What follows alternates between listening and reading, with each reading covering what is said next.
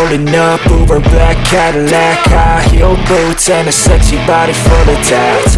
Baby's bad, oh baby's hella bad. After her there ain't no coming back. Wanna take a run at that. I think she's feeling me. Turn it up नमस्कार, to मैं feel the Rajan breeze. सच की My रफ्तार। आज के जो खास मेहमान है वो किसी परिचय के मोहताज नहीं, लेकिन जो संघर्ष, जो मेहनत करके आज उन्होंने मुकाम पाया है वो काबिले तारीफ है। आइए खास मेहमान से चर्चा करते हैं। श्रीमान जी, पूरा भारतवर्ष बल्कि ब्रह्मांड आपको जानता है, क्योंकि हाल में आपने भारत का नाम जो रोशन करा है, लेकिन फिर भी मैं आपसे आग्रह करूंगा, हमारे दर्शकों को आप अपना पूरा परिचय दीजिए। मेरा नाम रजत गोयल है और मैं फ़िटनेस और बॉडी बिल्डिंग में एक्टिव हूँ पिछले 10 सालों से प्रोफेशनली। और अगर देखा जाए तो मेरे को लगभग 24 से 25 साल हो गए हैं एक्सरसाइज शुरू करे हुए और ट्रेनिंग करते हुए। तो मैं 13 साल की उम्र से जो है वो वज़न उठा रहा हूँ। अभी मैंने रिसेंटली रोमानिया में इंडिया को रिप्रेजेंट किया था और वर्ल्ड लेवल का चैम्पियनशिप था ये, one of the biggest in the world. और उसमें मैंने इंडिया के लिए 4th प्लेस अचीव किया और अकेला मैं इंडियन था वहाँ पर जो रिप्रेजेंट किया था इंडिया को। लेकिन हाँ, आने वाले जितने भी शोज़ हैं मेरे नेशनल और इंटरनेशनल, उसमें मेरी यही कोशिश रहेगी कि मैं इंडिया के लिए गोल्ड लेके आऊँ। और अभी 2 महीने पहले ही मैंने गोल्ड मेडल लिया था। शेरू क्लासिक होता है दिल्ली का और इंडिया का सबसे बड़ा कॉम्पिटिशन, उसमें मैंने गोल्ड मेडल अचीव किया था। हिंदुस्तान जिंदाबाद था, जिंदाबाद है और जिंदाबाद रहेगा। हिंदुस्तान का नाम रजत जी पूरी दुनिया में रोशन कर रहे हैं। सर, अभी आपने कहा कि 13 साल की उम्र से आप एक्टिव हो गए कसरत के प्रति। आपकी पर्सनालिटी माशाल्लाह, मॉडल भी बन सकते थे, फिल्म अभिनेता भी बन सकते थे और बहुत सारी अपॉर्चुनिटी थी। तो कसरत का ही आपने क्यों चुना? देखिए, कसरत एक ऐसी चीज़ है जो आपके लाइफ के हर एक चीज़ में डिसिप्लिन को पैदा करती है। आप उठते हो टाइम पे, अगर वर्जिश करते हो, अपने खाने का ध्यान रखते हो, अपनी बॉडी का ध्यान रखते हो, सबसे बड़ी बात तो अपनी एक सुंदर और सुडौल बॉडी को देखने से अच्छा संतुष्टि का कोई भी और चीज़ नहीं होती। आप चाहे गाड़ी खरीद लो, चाहे आप मोबाइल खरीद लो, कितने भी बैंक बैलेंस हो, लेकिन आपको वो संतुष्टि नहीं देता जो आप अपनी बॉडी को लेके चलते और 10 लोग आपकी प्रशंसा करते हैं। और दूसरी चीज़ ये है कि जब मैंने ये बॉडी बिल्डिंग या वेट उठाना शुरू किया तो मुझे अपने लाइफ के बहुत सारी चीज़ों में, इनफैक्ट मैं उस समय 10th क्लास में था, तो मुझे इम्प्रूवमेंट्स दिखे। मेरी पढ़ाई में फोकस मेरा बढ़ गया, मेरी बॉडी ने खाना अच्छे से पचाना शुरू कर दिया और मैंने बहुत सारी चीज़ें बॉडी बिल्डिंग से सीखी। तो इसीलिए मैंने इंजीनियरिंग भी करी, उसके बाद मैंने MBA भी किया, मैंने कॉर्पोरेट्स में जॉब भी करी, लेकिन कभी भी मैंने अपनी एक्सरसाइज को छोड़ा नहीं। और उसकी वजह से मुझे हर एक फील्ड में जहाँ जहाँ भी मैं गया मुझे बहुत बेनिफिट हुआ। उसके बाद 2014 में जब मैं दिल्ली में आया तो मैंने इसको प्रोफेशनली स्टार्ट किया और ये मेरे को एक बहुत अच्छा ज़रिया लगा और सारे फील्ड्स में जाने के लिए। जैसा कि आपने बोला कि आप बॉलीवुड में भी या सिनेमा में भी ट्राई कर सकते थे, तो हाँ, वो भी एक एस्पेक्ट है, लेकिन वो डिपेंड करता है कि वो उसका टाइम कब आएगा। जब आएगा तो शायद वो भी हो जाएगा। जी अच्छा सर, देखिए हर फील्ड में कोई ना कोई गुरु जरूर होता है। गुरु के बिना आपका ज्ञान और आपका जीवन अधूरा है। आपका इस फील्ड में गुरु कौन है? जब मैंने जैसा बताया क्लास 10th में जब मैंने एक्सरसाइज शुरू करी थी, तब मेरे जो गुरु थे, मेरे स्कूल के PT teacher mister Subhash Sharma ji थे। उन्होंने मुझे बेसिक नॉलेज दी एक्सरसाइज की, मुझे डंबल बारबल पकड़ना सिखाया, मुझे वज़न उठाना सिखाया और जो उन्होंने उस समय मुझे सिखाया वो मेरे आज तक काम आ रहा है। उसके बाद कुछ टाइम तक मैंने अपने आप ट्रेनिंग करी। फिर मैं जब दिल्ली आया तो मेरे 2-3 गुरु रहे। मेरे मुकेश गहलोत जी भी गुरु रहे हैं और मेरे कुलदीप सिंह यादव जी भी गुरु रहे हैं जो आज भी हैं। और आज के टाइम में मैं एक US के कोच के साथ में हूँ अंडर ट्रेनिंग। तो एक लेवल जब आप अचीव कर लेते हो तो आप एक अच्छे लेवल के और गुरु के पास जाते हो। तो मैं इसमें बिलीव करता हूँ कि आप जब प्रोग्रेस करो तो आपके साथ आपके गुरु या आपके जितने भी लोग हैं वो भी प्रोग्रेस करने चाहिए, जिससे आपकी नॉलेज और बढ़े। फैमिली से कैसे सपोर्ट रहा आपको? मेरा फैमिली ने मुझे हमेशा सपोर्ट किया है, किसी चीज़ को रोका नहीं। उन्होंने ये बोला ज़िंदगी में जो भी करो मन लगा के करो, लेकिन हाँ, किसी ऐसे काम में मत पड़ना जिससे तुम्हें भी परेशानी हो और हमें भी परेशानी हो। लेकिन हमेशा से ही मेरा जो दिलचस्पी रही स्पोर्ट्स में रही या इस तरीके की एक्टिविटीज़ में रही, तो मैंने इसी को जो है अपना भविष्य चुना। एक महत्वपूर्ण बात, मैं माफ़ी चाहूँगा ऐसी बात आपसे पूछना चाह रहा हूँ, लेकिन जनता को, पब्लिक को पूरी जानकारी मिलनी चाहिए। कहते हैं ऐसी माशाल्लाह बॉडी बनाने के लिए, मतलब मैं उदाहरण आपका नहीं ले रहा, लेकिन कहते हैं बॉडी बनाने के लिए आजकल एक नशा, ड्रग्स, या किसी भी तरीके का एक नशा लिया जाता है, उसके बाद उसमें बहुत एनर्जी आती है, क्या इस बात में सच्चाई है? देखिए, आप आज लाइफ के किसी भी कोने दुनिया के किसी भी कोने में जाएंगे या ज़िंदगी में कोई भी प्रोफेशन अप्लाई करेंगे तो आपको कहीं ना कहीं जो है किसी ना किसी चीज़ से जूझना पड़ेगा। ये मैं आपको बिल्कुल खुली बात बता रहा हूँ।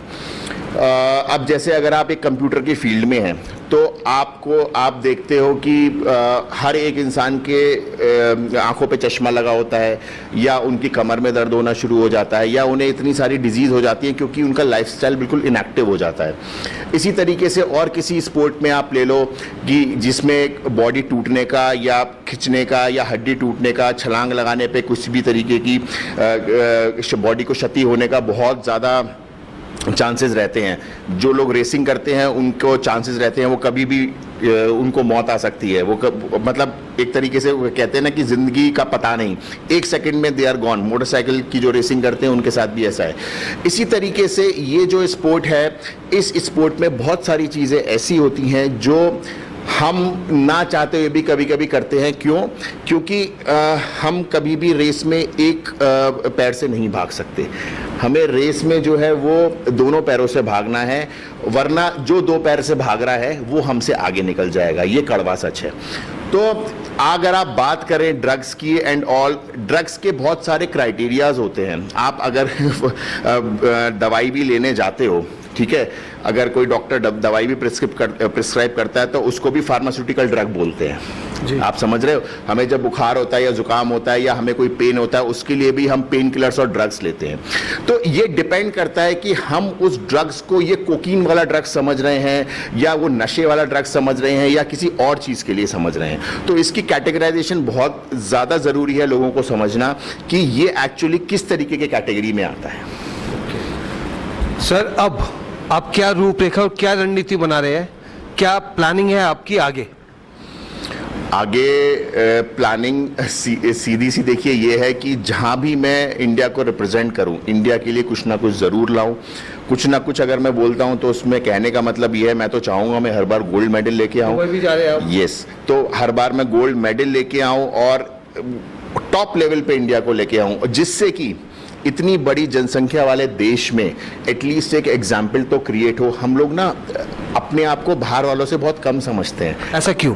हाँ, हम समझते हैं कि हम लोग उस जेनेटिक्स के नहीं हैं, या हमारी बॉडीज़ ऐसी नहीं है, या वो लोग ज़्यादा एडवांस्ड हैं, या उन लोगों के पास ज़्यादा अपॉर्चुनिटीज़ हैं, ज़्यादा फैसिलिटी हैं, ठीक है, वो लोग ज़्यादा अमीर हैं। मैं जितनी भी बार बाहर गया ना, मेरे को हमेशा ये लगा कि जब मैं लाइनअप में खड़ा होता हूँ तो बजाय मुझे लोगों के डरने से लोग मेरे से डरते हैं कि यार ये भी एक अच्छा कॉम्पिटिटर है। ये मैं आपको बिल्कुल मन की बात बता रहा हूँ। तो वहाँ पर मुझे सबसे बड़ा सेटिस्फैक्शन यही होता है कि हाँ भाई, ये जो लोग हम यहाँ सोचते हैं इसको ऑपोजिट है और हम इंडियंस भी टक्कर दे सकते हैं। अगर उन लोगों के पास जेनेटिक्स अच्छे हैं, उन लोगों के पास पैसा ज़्यादा है, सुविधाएं ज़्यादा हैं, तो हम लोगों के पास जज्बा ज़्यादा है, हम लोगों के पास वो डिटर्मिनेशन है काम को एंड तक लड़के करने की।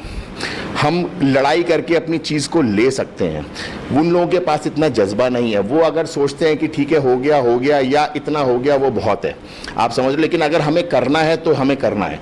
तो हम लोग वाकई में किसी से कम नहीं है। और ये चीज़ आने वाली जनरेशन को भी समझना पड़ेगा कि अगर where there is a will there is a way, एक ये मुहावरा है।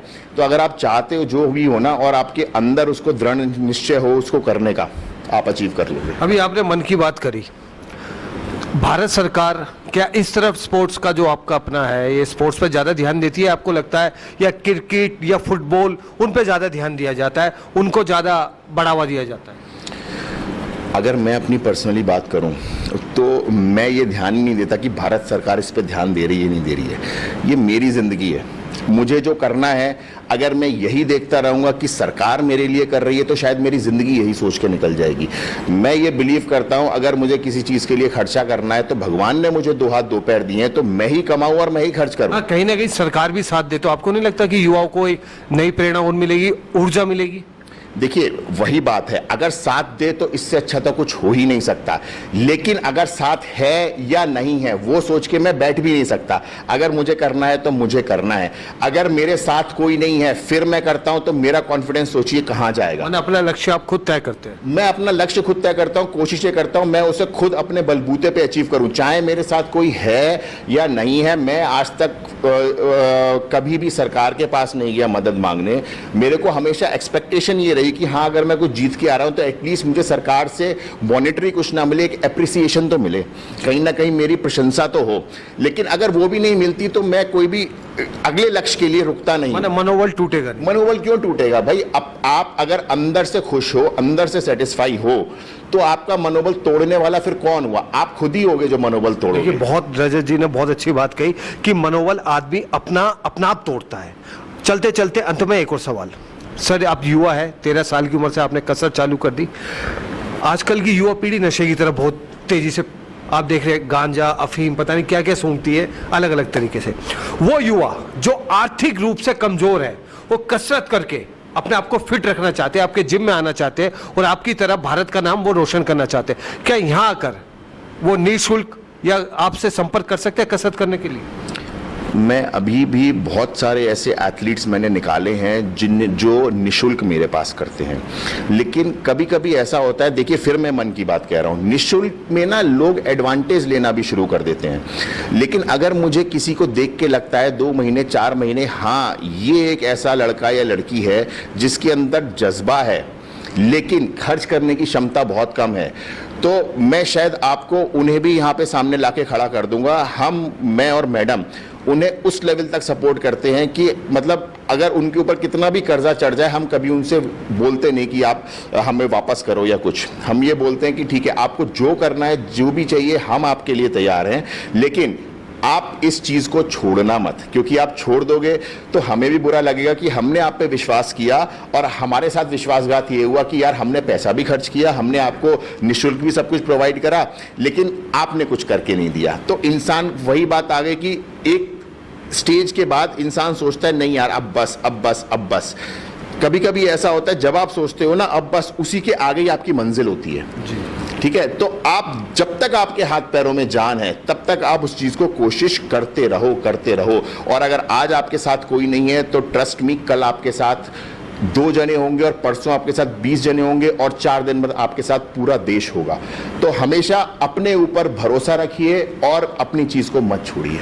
रजत जी अभी आपने देश की बात करी, चलते चलते अंत में युवाओं के लिए सच की रफ्तार के माध्यम से युवाओं के लिए क्या संदेश है?